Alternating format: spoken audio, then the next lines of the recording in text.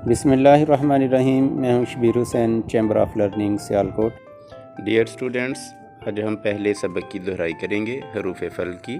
हरूफ फ़रशी जो कि इंग्लिश के हरूफ जैसे लिखे जाते हैं, ऊपर वाली 3 लाइनों में, दरमियान वाली 2 लाइनों में और नीचे वाली 3 लाइनों में, इसी तरीके से उर्दू के होते हैं। ये जो आपके सामने है, अगर आपने ये मेरी वीडियो पहले नहीं देखी तो चैनल पर जाकर इस वीडियो को पहले लाजमी देखें।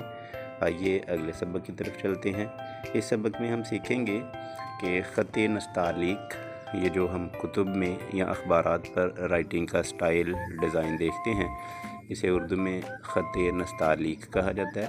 ख़त नस्तालीक के जो हरूफ हैं, इनको आपने पहली वीडियो में जाकर पहले लाजमी देखना है कि ये ऊपर वाली लाइनों में कौन कौन से होंगे, दरमियान वाली 2 लाइनों में कौन कौन से होंगे और नीचे वाली 3 लाइनों में कौन कौन से हरूफ होंगे।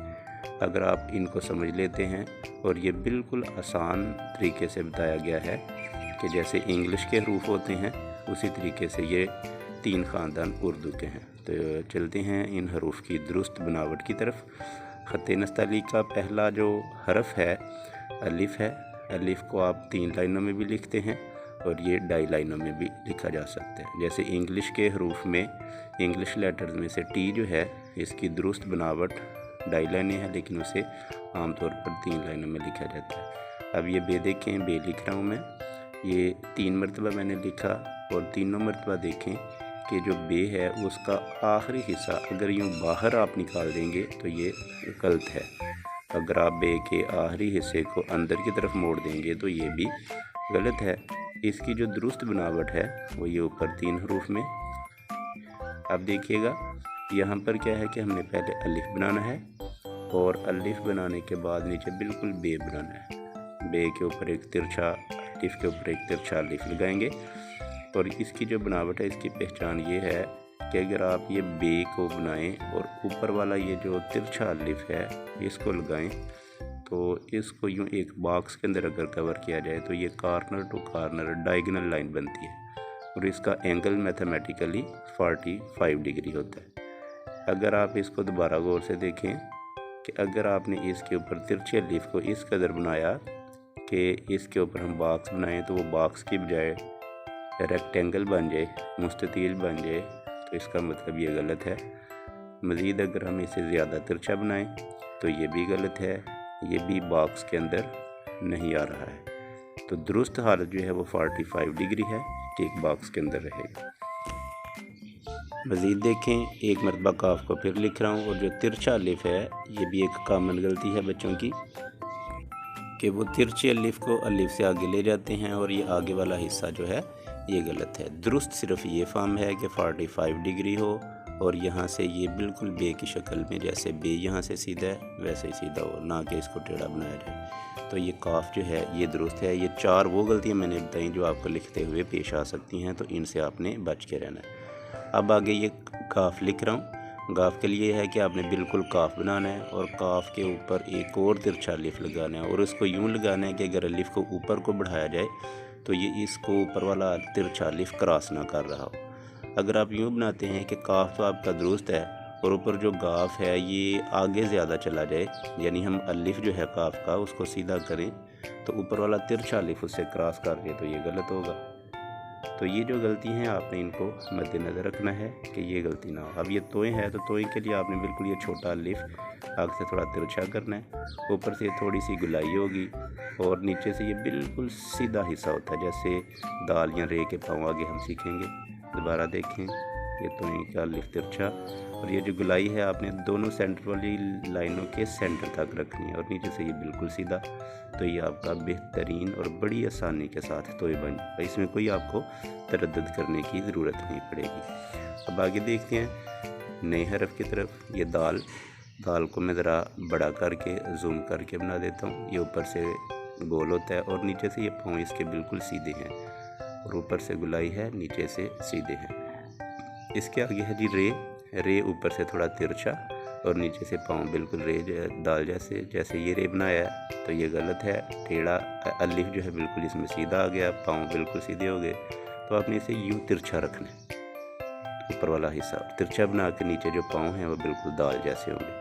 अगर दाल के ऊपर नुक्ता डाल दे ज़ाल बन जाएगा, रे बन जाएगा, रे के ऊपर नुक्ता डाल दें ज़ाल जे बनेगा, ये बनेगा। तो ये नुक्तों से फिर नए हरूफ जो हैं एक ख़ानदान के वो बन जाएंगे। हमने सिर्फ़ और सिर्फ एक बुनियादी शक्ल सीख ली। अब वाव जो है ये देखें, दाल को अगर आप अंदर से थोड़ा सा गोल करें, जैसे ये बड़ी शक्ल में देखें, बस दाल को मैंने नीचे से इतना जॉइन किया तो ये वाव बन गया। इसी तरीके से ये पेन से भी होगा। पेन से आपने इसको इतना ही मूव करना है कि ये ऊपर से ऑटोमेटिक छोटा सा सर्कल बने और सर्कल भर जाए, इतना सा बस पेन को मूव करना है। तो अब ये जी आगे रे, अब नया हरफ है दाल को नीचे से अगर गोल करके ऊपर को उठाएंगे तो ये बन जाएगा चश्मी है। अब वही जो वाव है उसका सर बना के नीचे बेब लाएंगे तो ये बन जाएगा फे। और ख़्याल रखना है कि ये जो हिस्सा है फे का आखिरी, ये बे की तरह सीधा रहे और ये 90 डिग्री पर होता है। अब दोबारा देखिएगा, अगर आप फे के अगले हिस्से को आप बाहर की तरफ निकालते हैं, जैसे ही मैंने बे में भी बताया, या अंदर की तरफ कर देते हैं, तो ये दोनों कॉमन मिस्टेक्स हैं।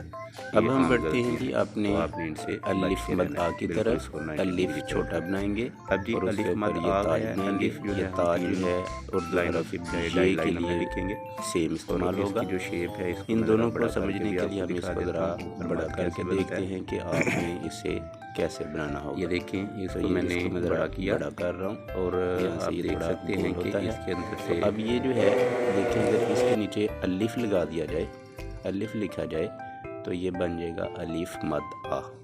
ये देखिए जी, ये अलिफ लगाने से ही बन गया अलिफ मद आ। और अगर इसी के नीचे हम 2 नुक्ते लगा दें तो ये इंग्लिश का लफ्ज़ उर्दू का लफ्ज़ जो है ये बन जाएगा। यहाँ पर देखें कि अब इसको आपने अगर लंबा कर लिया, इस कर्व को थोड़ा खींच लिया तो ये बड़िए की शक्ल में आ जाएगा। और बड़िए को देखिएगा गौर से, इसका जो ऊपर वाला हिस्सा होता है इसकी पैमाइश को अगर आप डबल कर दें तो ये नीचे वाली पैमाइश होती है। तो ये बड़ा अहम लेटर है कि इसको आपने जब भी लिखना है याद रखना है कि ऊपर वाला हिस्सा जो है उससे डबल नीचे वाला होगा।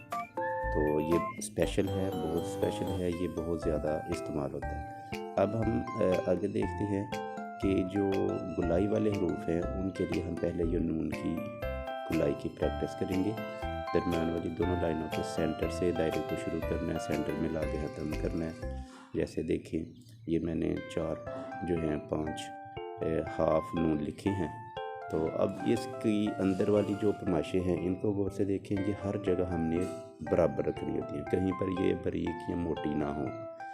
तो अब हम देखते हैं कि ये जो है लफ्ज़ नून का दरमियानी हिस्सा ये बराबर रहे हर जगह से।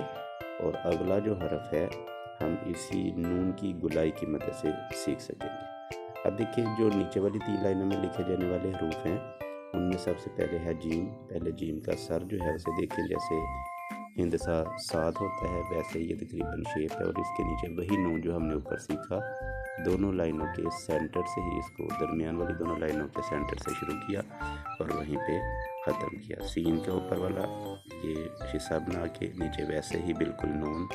इसी तरीके से स्वाद का ऊपर वाला हिस्सा छोटा सा बना के उसके नीचे वही छोटा सा नून। इसी तरीके से दीगर जितने भी हरूफ हैं, जीम, सीन, स्वाद, आइन देखें बिल्कुल उसी मेथड से ये वाव का सर बनाया और ये मोटा काफ बन गया नून लगाने से। इसके बाद ये हमने छोटा अलिफ बना के तो उसके साथ नून लगा दिया, नून की छोटी शक्ल। छोटी ये देखिए, ये दरमियान वाली दोनों लाइनों में सी बनाना है और नीचे ये नून की गुलाई आ जाएगी, तो ये छोटी ये बन जाएगा। इसके बाद लाम मैंने बताया कि अलिफ लगाना होता है इसमें हमने, और नीचे नून की जो है छोटी शक्ल उसको हम लगा देंगे। जी, ये हमारे 8 लेटर बन गए जो कि हाफ नून आधी नून के ऊपर इन्हसार करते हैं। अब हमारा जो नामा हरफ है हरूफ असली में वो है मीम।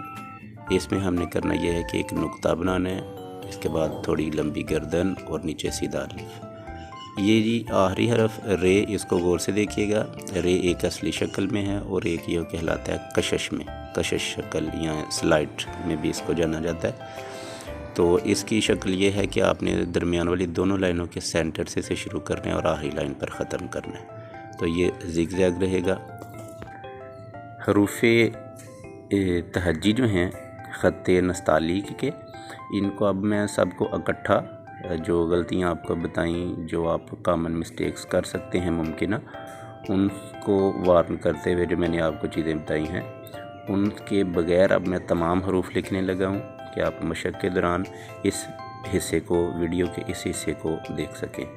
तो देखिए जी, ऊपर वाली 3 लाइनों में अलिफ, अलिफ के बाद आपको बताया कि ये छोटी शक्ल यानी 2 लाइनों में भी होता है। बे दरमियान वाली 2 लाइनों में, इसी के नीचे नुक्ते डालेंगे, पे बनेगा, ते बनेगा, टे से, यानी बे के ख़ानदान के हरूफ सिर्फ नुक्तों की तब्दीलियों से बनते हैं, बुनियादी शक्ल सेम रहेगी। इसके बाद जी दाल, ये हरूफ फ़र्शी है दरमियान वाली 2 लाइनों में। हरूफ फ़र्शी असली और जो फल्की हैं, इनकी वीडियो आप जो पहला लेसन है उसको अगर आप नहीं जानते हैं तो उसको ज़रा गौर से देखिएगा। सीन देखिए, हरूफ असली है, नुक्ते डाल दें, शीन बन जाएगा। स्वाद हरूफ असली नीचे वाली 3 लाइनों में आता है, नुक्ता डालेंगे, ज़्वाद बन जाएगा। तोएं हरूफ फल्की है, ऊपर वाली 3 लाइनों में, नुक्ता डालने से ज़ोएं। ये आइन हरूफ असली यानी रूट लेटर्स, इंग्लिश में sky letter, root letter and grass letter के नामों से भी आप इनको जानते होंगे। फेजी दरमियान वाली 2 लाइनों में, काफ नीचे वाली 3 लाइनों में, यानी इंग्लिश के जैसे हरूफ का असूल है वही इस उर्दू की राइटिंग का राज है, जो कि आपको अब तक मैं एक गिफ्ट की शक्ल में पहुंचा रहा हूं। ये काफ, गाफ, लाम और मीम नीचे वाली 3 लाइनों में, नून नीचे वाली 3 लाइनों में, इसी के साथ वाओ, चश्मी है, हमज़ा, बिल्कुल ये आइन का ऊपर वाला हिस्सा हमज़ा के बराबर होता है, ये हमज़ा कहलाएगा। इसके बाद छोटी ये सी बनाना है आपने इंग्लिश लेटर, और नीचे नून की जो है आधी गुलाई लगा देंगे, और बड़ी ये बताया कि जितना हिस्सा ऊपर वाला होगा उससे डबल नीचे वाला करेंगे तो हमारा ये बड़ी ये बन जाएगा। तो ये जी ख़त नस्तालीक के हरूफ हैं, इनको आमतौर पर हरूफ तहज्जी भी कहते हैं, और ये तमाम सारे के सारे मैंने आपके सामने लिख दिए हैं, जो कि ये टोटल हैं 19। अगर हम ये 19 हरूफ सीख लेते हैं तो नुक्तों की तब्दीलियों से हमारे ये टोटल जो है अलिफ से बड़ी ये तक तमाम हरूफ मुकम्मल हो जाएंगे। उम्मीद है आपको ये वीडियो पसंद आई। अगर आपको इससे फ़ायदा पहुंचा तो लाइक, सब्सक्राइब और शेयर लाजमी कर दें। Thank you.